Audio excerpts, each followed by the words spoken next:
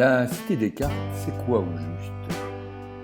Eh bien, c'est une cité qui est située au cœur de la ville nouvelle de Marne-la-Vallée, à cheval, sur les communes de Champs-sur-Marne et de Noisy-le-Grand.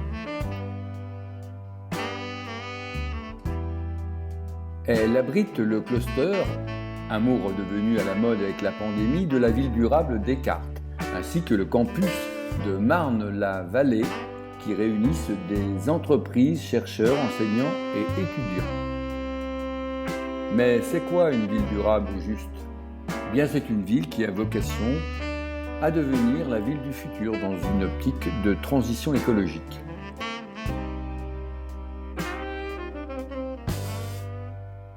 On se dirige maintenant vers le bâtiment Bienvenue, repéré en 2 sur la carte. Son architecture favorise la transversalité entre les disciplines.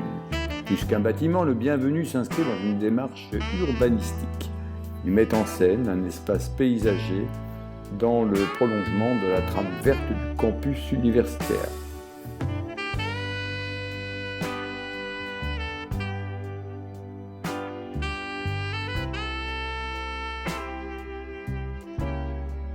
Mais qu'en pense cet étudiant? Je trouve ça très contradictoire d'avoir une école qui est impliquée pour l'écologie, etc. et qui, à côté de ça, laisse des projets de porte-à-faux se construire. Parce que techniquement, en fait, ça demande des réponses techniques qui sont très très énergivores. Mettre des poutres en acier qui sont énormes. Et du coup, ça, c'est des trucs qui coûtent très cher et qui ne servent pas du tout à l'environnement. Donc en fait, je pense que l'argent est un peu mal réparti. Il vaut mieux construire simplement et de manière plus durable plutôt que faire des trucs techniques comme ça qui servent à rien. Parce que le porte-à-faux, ça sert à rien. Et vous voyez même en dessous, l'herbe, il n'y a pas d'herbe du coup, parce que le soleil ne passe jamais au-dessus. Donc en fait, c'est une zone morte, quoi. Poser la question dans 50 ans par exemple, qu'est-ce que ça va devenir cet espace? Je veux dire, il n'y a pas de réversibilité possible. On peut pas faire peut-être des bureaux, mais c'est pas durable.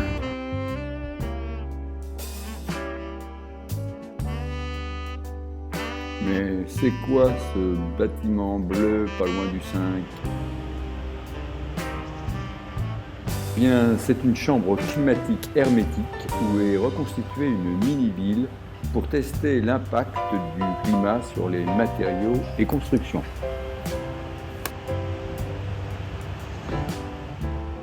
On se dirige vers l'école des ponts Paris-Tech Coriolis. Ce bâtiment, mis en service en 2014, recouvre 5000 m². Ce bâtiment à énergie positive est un concentré d'innovation en matière de développement durable. Il accueille des étudiants et des chercheurs du pôle Paris-Est et des équipements de recherche à vocation internationale.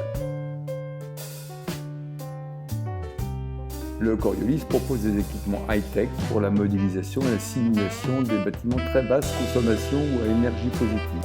Il abrite des capteurs destinés à optimiser ses performances énergétiques.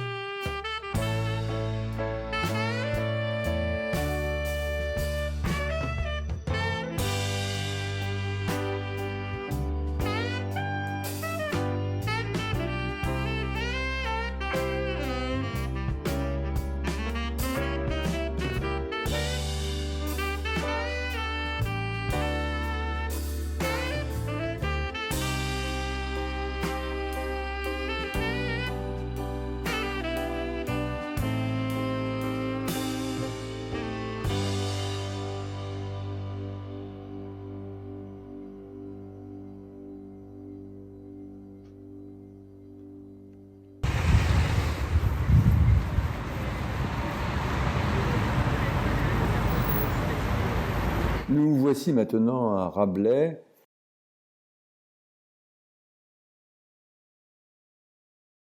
C'est un bâtiment très différent de son voisin Lavoisier, tant par sa fonction que par son expression architecturale.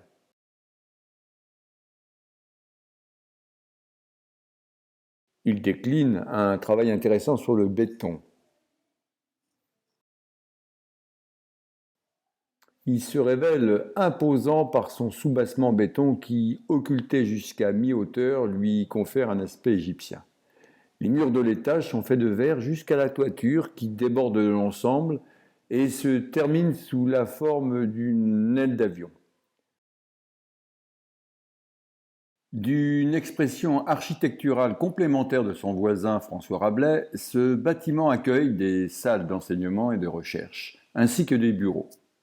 Les façades en verre sont sérigraphiées avec des bandes de peinture dorée, permettant ainsi d'éviter l'effet de serre et de maîtriser le degré d'occultation. Ce quadrillage anime également la verrière de la toiture.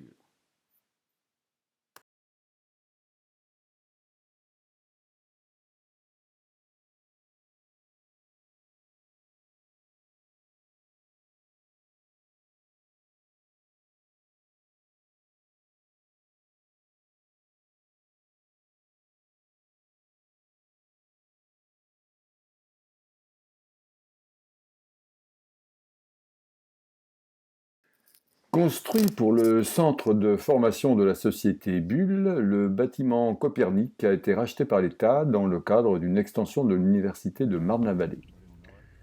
Qualifié de navire amiral en raison de son architecture particulière et prestigieuse, il se présente sous forme d'une barre de 220 mètres qui s'étire telle une colonne vertébrale distribuant deux ailes. Visible de l'extérieur, une verrière plus imposante marque l'entrée principale.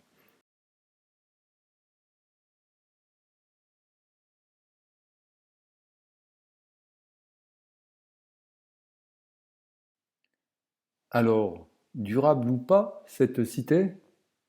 Vous voulez certainement en savoir plus. Après cette pause méridienne, je vous propose de poursuivre cette balade virtuelle en vous dirigeant vers Estier, les ponts et chaussées et bien d'autres bâtiments que vous découvrirez à l'occasion d'une nouvelle vidéo.